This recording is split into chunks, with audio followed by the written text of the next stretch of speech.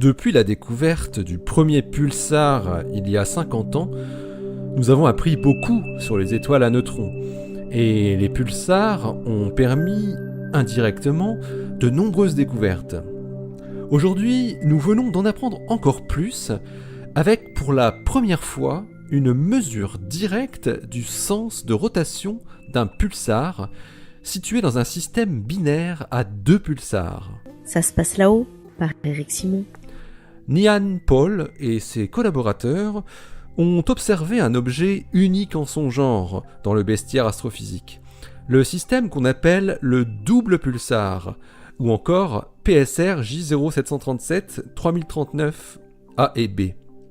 C'est le seul système binaire composé de 2 pulsars détectables en radio que l'on connaisse aujourd'hui.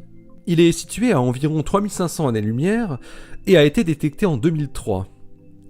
PSR J0737 3039 a une période orbitale très faible de seulement 2,5 heures.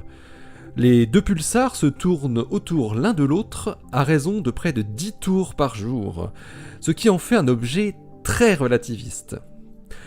En plus de tests de gravité en champ fort, le double pulsar offre une unique opportunité pour tester la physique du plasma et l'émission magnétosphérique des pulsars. Les 2 étoiles à neutrons sont très différentes. Le pulsar A a une masse d'environ 1,34 masses solaires et tourne sur lui-même avec une période de 22,7 millisecondes, tandis que le pulsar B a une masse de 1,25 masses solaires et a une période de rotation 100 fois plus grande, 2,8 secondes.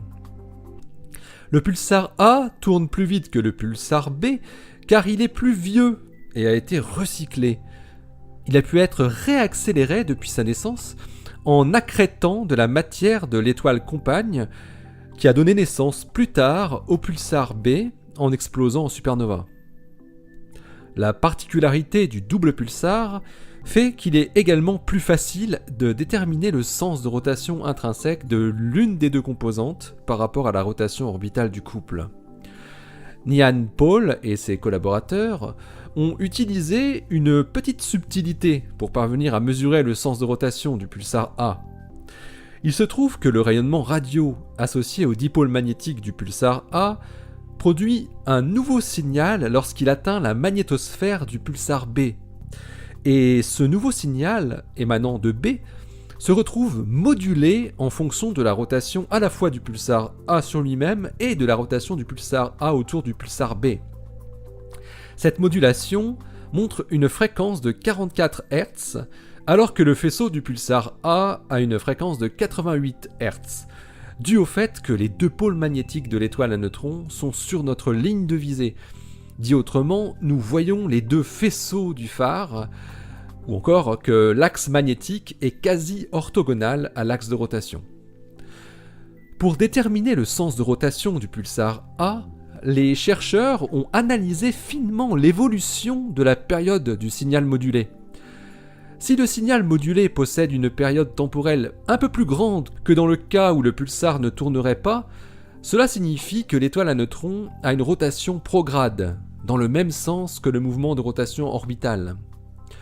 A contrario, si la période du signal modulé est plus courte, c'est le signe d'une direction rétrograde, une rotation intrinsèque dans le sens inverse du mouvement orbital. Nihan Paul et ses collaborateurs publient leur étude dans The Astrophysical Journal. Et ils trouvent un sens prograde. Le pulsar A a donc une rotation intrinsèque qui est dans le même sens que son mouvement autour du pulsar B. De plus, les chercheurs montrent que son axe de rotation est quasi aligné avec l'axe de rotation orbitale du couple. Cette analyse fournit la première détermination directe du sens de rotation d'un pulsar. Au-delà de la prouesse de la méthode utilisée, cette nouvelle information donne des indications sur l'histoire de ce système binaire très particulier. Le pulsar B est par exemple beaucoup plus jeune que le pulsar A. Le pulsar A existait donc déjà quand la supernova a explosé à sa proximité immédiate pour donner naissance au pulsar B.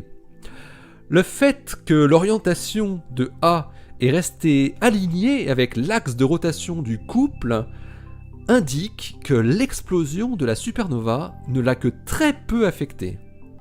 De plus, la connaissance du sens de rotation devrait aider à déterminer le moment d'inertie du pulsar A. Avec la donnée précise de sa masse, il sera possible de déduire la valeur du rayon de l'étoile à neutrons. La connaissance du rayon d'une étoile à neutrons est toujours mal connue et pourtant d'une importance capitale. La structure et la composition de ces astres extrêmes, ce qu'on appelle l'équation d'état des étoiles à neutrons, dépend en effet fortement de leur taille. L'article de Nyan Paul et ses collaborateurs est paru dans le numéro 853 de The Astrophysical Journal le 20 janvier 2018 et il porte le titre A Direct Measurement of Sense of Rotation of PSR J0737 3039A. Allez, d'ici la prochaine, portez-vous bien, restez bien les yeux vers le ciel et les pieds sur terre. Salut!